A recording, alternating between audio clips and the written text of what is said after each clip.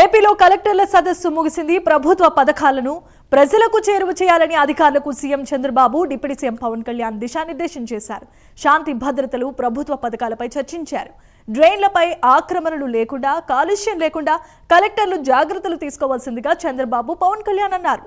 భారీ వర్షాల కారణంగా వరద ప్రవాహాలతో ప్రాంతాలు మునిగిపోయే పరిస్థితి తీసుకురావద్దంటూ అధికారులకు సూచించారు.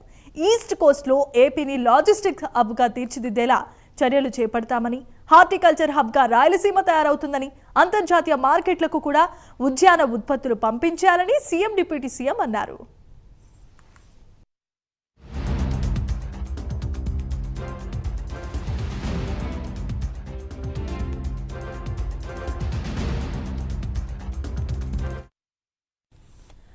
ప్రోడక్ట్ పర్ఫెక్షన్ ద్వారా అంతర్జాతీయ స్థాయిలో ఉత్పత్తులు తయారు కావాలన్నారు. ఇంధన కొనుగోలు వ్యయాన్ని గణనీయంగా తగ్గించేలా చర్యలు చేపడుతున్నామని అధికారులకు తెలిపారు.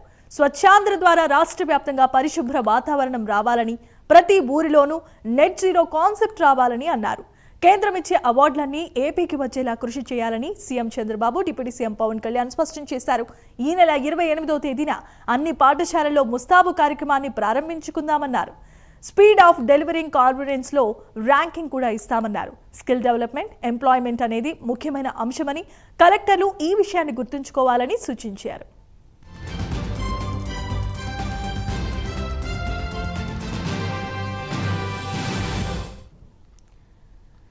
ఢిల్లీ పార్లమెంట్లో కేంద్ర రైల్వే శాఖ మంత్రి అశ్విని వైష్ణవ్